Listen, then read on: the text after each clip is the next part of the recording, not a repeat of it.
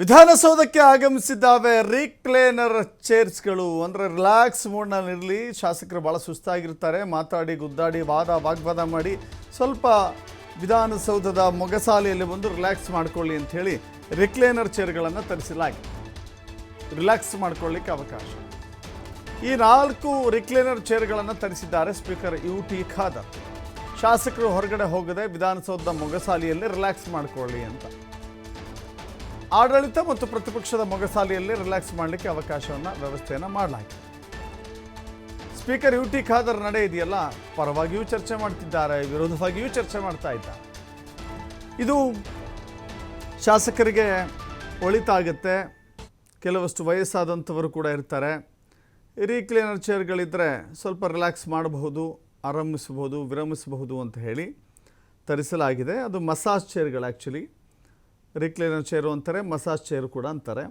ಈ ಮಸಾಜ್ ಚೇರ್ಗಳನ್ನು ಹಾಕೋದ್ರಿಂದ ತುಂಬ ಕೈಕಾಲು ನೋವಾಗಿರೋದು, ಬೆನ್ನು ನೋವಾಗಿರೋದು, ಕುತ್ತಿಗೆ ನೋವಾಗಿರೋದು, ಹೀಗೆ ಅದೆಲ್ಲವೂ ಕೂಡ ಒಂದು ರೀತಿಯ ರಿಲೀಫ್ ಆಗಬೇಕಲ್ಲ, ಆ ರಿಲೀಫ್ ಆಗಲಿ ನಮ್ಮ ಕಾರಣಕ್ಕಾಗಿ ಈ ಮಸಾಜ್ ಚೇರ್ಗಳನ್ನು ತರಿಸಲಾಗಿದೆ.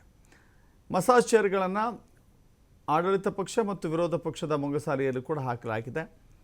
ವಿಧಾನಸೌಧಕ್ಕೆ ಅಥವಾ ವಿಧಾನಸಭೆ ಕಲಾಪಕ್ಕೆ ಆರಂಭವಾದ ಶಾಸಕರು ಕಲಾಪದ ವೇಳೆ ಮಸಾಜನ್ನು ಇಲ್ಲೇ ಕೂಡ ತೆಗೆದುಕೊಳ್ಳಬಹುದು.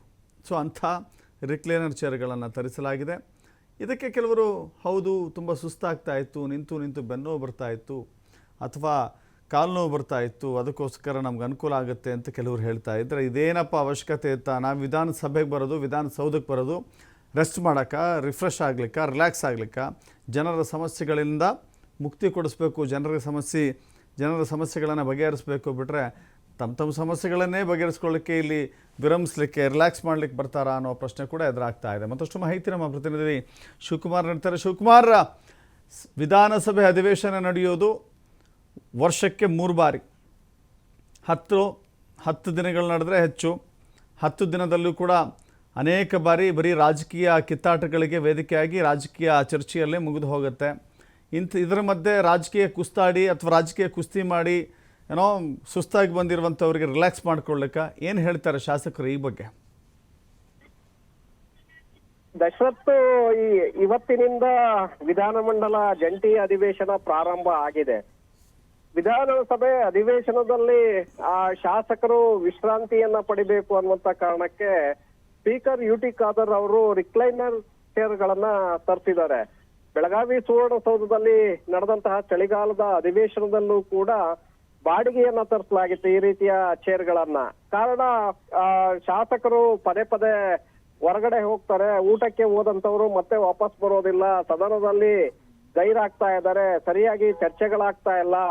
ಹಾಗಾಗಿ ಊಟ ಮತ್ತೆ ವಿಶ್ರಾಂತಿ ಮಾಡೋದಕ್ಕೆ ಅವ್ರಿಗೆ ಅವಕಾಶವನ್ನ ಕಲ್ಪಿಸಿದ್ದೆ ಆದ್ರೆ ಸದನ ಬಿಟ್ಟು ಅವರು ಹೊರಗಡೆ ಹೋಗೋದಿಲ್ಲ. ಆಗ ಹೆಚ್ಚಿನ ಸಮಯ ಸದನದಲ್ಲೇ ಇರ್ತಾರೆ, ಚರ್ಚೆಗಳು ಕೂಡ ಆಗತ್ತೆ, ಜನರ ಸಮಸ್ಯೆಗಳಿಗೆ ಪರಿಹಾರ ಸಿಗುತ್ತೆ ಅನ್ನುವಂತ ಕಾರಣಕ್ಕೆ ಸ್ಪೀಕರ್ UT ಖಾದರ್ ಅವರು ಈ ಆಲೋಚನೆಯನ್ನ ಮಾಡಿ ಬೆಳಗಾವಿ ಸುವರ್ಣಸೌಧದಲ್ಲಿ 2 ಚೇರ್ಗಳನ್ನ ತರಿಸಿದ್ರು.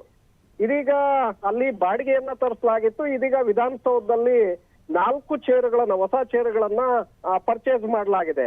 ಈ ಚೇರ್ಗಳಲ್ಲಿ ಯಾರು ಹಿರಿಯ ಶಾಸಕರಿದ್ದಾರೆ ಅವ್ರಿಗೆ ವಿಶ್ರಾಂತಿಯನ್ನ ಪಡೆಯೋದಕ್ಕೆ, ಊಟ ಆದ ನಂತರ ಅವರು ಅದರಲ್ಲಿ ಕುಳಿತು ಅಲ್ಲೇ ಅರ್ಧ ಗಂಟೆ 1 ಗಂಟೆಗಳ ಕಾಲ ನಿದ್ರೆಗೆ ಜಾರಬಹುದು. ಅದರಿಂದ ಮೈಕೈ ನೋವು ಕೂಡ ಹೋಗುತ್ತೆ ಅನ್ನುವಂತ ಮಾಹಿತಿಗಳಿದೆ.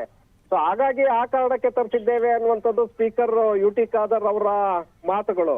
ಆದ್ರೆ ಇಂತಹ ಸಂದಿಗ್ಧ ಪರಿಸ್ಥಿತಿಯಲ್ಲಿ, ಯಾಕೆಂದ್ರೆ ಇವತ್ತು ಸರ್ಕಾರದಲ್ಲಿ ಬೊಕ್ಕಸ ಖಾಲಿ ಆಗ್ತಾ ಇದೆ, ಅಭಿವೃದ್ಧಿ ಕೆಲಸಗಳಿಗೆ ಹಣ ಇಲ್ಲ, ಶಾಸಕರಿಗೆ ಈ ರೀತಿಯಾದಂತ ಐಫೈ ವ್ಯವಸ್ಥೆಯನ್ನ ಕಲ್ಪಿಸ್ಬೇಕಾ, ಅವರು ಇಲ್ಲಿ ಬರೋದು ಚರ್ಚೆಗ ಅಥವಾ ಮಲಗಿ ಹೋಗೋದಕ್ಕ ಅನ್ನುವಂತಹ ಆರೋಪಗಳು ಈಗಾಗಲೇ ಶುರುವಾಗಿದೆ, ಚರ್ಚೆಗಳು ಕೂಡ ಶುರುವಾಗಿದೆ. ಯಾಕಂದ್ರೆ ಪರ ವಿರೋಧ ಚರ್ಚೆಗಳು ಈಗಾಗಲೇ ಪ್ರಾರಂಭವಾಗಿದೆ. ಆದ್ರೆ ಸ್ಪೀಕರ್ ಅದನ್ನ ಸಮರ್ಥನೆಯನ್ನ ಮಾಡ್ಕೊಳ್ತಾ ಇದ್ದಾರೆ. ಹಿರಿಯ ಶಾಸಕರಿಗಾಗಿ ಈ ಒಂದು ವ್ಯವಸ್ಥೆಯನ್ನ ಮಾಡ್ತಿದ್ದೇವೆ, ಇದರಲ್ಲಿ ಯಾವುದೇ ರೀತಿಯಾದಂತ ಲೋಪಗಳಿಲ್ಲ ಅಂತೇಳಿ ಸ್ಪೀಕರ್ ಅವರು ಸಮರ್ಥನೆಯನ್ನ ಮಾಡ್ಕೊಳ್ತಾರೆ.